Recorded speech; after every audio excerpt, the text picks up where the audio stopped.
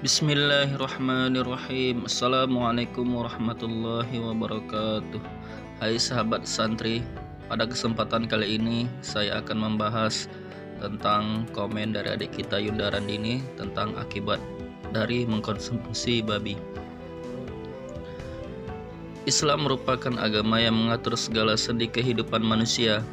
Salah satunya mengenai pemenuhan kebutuhan akan makanan.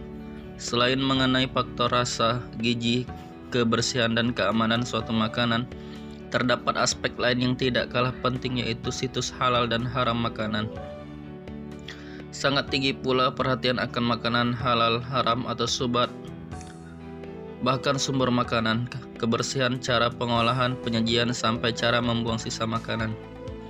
Di antara hewan yang diharamkan untuk dimakan adalah babi, dan ini sudah merupakan kesepakatan kaum muslimin. Sebab pelarangan memakan daging babi sudah dijelaskan di dalam Al-Quran dan Sunnah. Di antaranya itu, sesungguhnya Allah hanya mengharamkan bagimu bangkai, darah, daging babi, dan binatang yang ketika disembelih disebut nama selain Allah. Tetapi barang siapa dalam keadaan terpaksa memakannya, sedang dia tidak menginginkannya dan tidak pula melampaui batas, maka tidak ada dosa baginya. Sesungguhnya Allah Maha Pengampun lagi Maha Penyayang. Quran Surah Al-Baqarah ayat 173. Dengan demikian, jelasnya haram daging babi dan seluruh anggota tubuhnya. Adapun akibat mengkonsumsi babi atau memakan makanan yang haram, yaitu yang pertama adalah doa-doanya tidak dikabulkan. Seorang yang memakan makanan haram, doa-doanya tidak didengar dan dikabulkan oleh Allah Subhanahu wa taala. Hal ini sejalan dengan hadis Rasulullah Sallallahu Alaihi Wasallam, yaitu Rasulullah Sallallahu Alaihi Wasallam bersabda, seseorang laki-laki melakukan perjalanan jauh, rambutnya kusut, mukanya berdebu, mengadah kedua tangannya ke langit dan mengatakan, wahai Rabbku, padahal makanannya haram dan mulutnya disuapkan dengan yang haram, maka bagaimanakah akan terima doanya itu? Kedua, merusak hati dan akalnya. Makanan yang haram dapat mempengaruhi hati dan pikiran seseorang. Jika seseorang memakan makanan yang baik atau makanan halal, maka hatinya juga dapat menjadi baik, dan sebaliknya jika memakan makanan haram, hati seseorang dapat tercemari, dan hal ini juga mempengaruhi kekhusyuan dalam beribadah, termasuk dalam sholat. Makanan yang haram juga dapat mengeraskan hati seseorang sehingga tidak mampu melihat kesusahan orang lain dan enggan membantunya. Yang ketiga, amalan tidak diterima. Siapapun umat Islam yang memakan makanan yang haram, maka amal ibadahnya tidak diterima Allah Subhanahu wa taala dalam waktu 40 hari, seperti yang disebutkan dalam hadis berikut. Ibnu Abbas berkata bahwa Sa'ad bin Abi Waqqas berkata kepada Nabi Muhammad sallallahu alaihi wasallam, "Ya Rasulullah, doakanlah aku agar menjadi orang yang dikabulkan doa-doanya oleh Allah."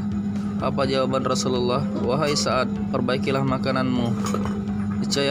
Niscaya engkau akan menjadi orang yang selalu dikabulkan doanya. Dan demi jiwaku yang ada di tangannya, sungguh jika ada seseorang yang memasukkan makanan haram ke dalam perutnya, maka tidak akan diterima amalnya selama 40 hari. Dan seorang hamba yang dagingnya tumbuh dari hasil menipu dan riba, maka neraka lebih layak untuknya. Yang keempat, makanan haram membawa ke neraka. Makanan haram yang dimakan oleh seseorang akan berubah menjadi daging, dan daging tersebut dapat membawa seseorang ke neraka. Sebagaimana yang disebutkan dalam hadis Rasulullah Sallallahu Alaihi Wasallam tentang mereka yang memakan makanan haram, tidaklah tumbuh daging dari makanan haram kecuali neraka lebih utama untuknya. Yang kelima, mengurangi iman dalam hatinya. Mengkonsumsi makanan haram tidak hanya berdampak pada hati dan akalnya, tetapi juga kepada keimanannya.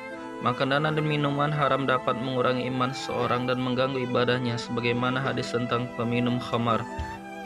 Tidaklah peminum khamar ketika ia meminum khamar termasuk seorang mukmin. Yang keenam, rusaknya keturunan. Seseorang yang memberi anaknya makan dengan makanan yang haram tidak akan mendapatkan kebaikan. Sebaliknya, makanan haram tersebut dapat merusak akhlak dan kebaikan yang ada pada diri anak. Inilah kenapa orang tua yang memberikan makanan haram pada anaknya seringkali memiliki anak yang susah diatur dan cenderung membangkang. Yang ketujuh, menjalimi diri sendiri. Makanan yang diharamkan oleh Allah Subhanahu wa taala mengandung mudarat atau keburukan, bisa berdampak buruk bagi kesehatan manusia, seperti mengkonsumsi daging babi yang dapat menyebabkan penyakit cacing pita maupun alkohol yang dapat merusak organ hati dan organ tubuh lainnya. Akibat makan makanan haram sangatlah tidak baik, dan oleh sebab itu sebagai umat muslim kita harus senantiasa memakan makanan yang halal dan memberikan anak-anak kita makanan dari rezeki yang halal. Demikianlah video singkat ini tentang akibat mengkonsumsi dari daging babi. Yang benarnya datang dari Allah, yang salah dari diri saya pribadi. Untuk kesempurnaan majelis, kita tutup dengan doa kifaratul majelis. Subhanakallahumma wa bihamdika, asyhadu an la ilaha illa anta, astaghfiruka wa atubu ilaik. Wassalamualaikum warahmatullahi wabarakatuh.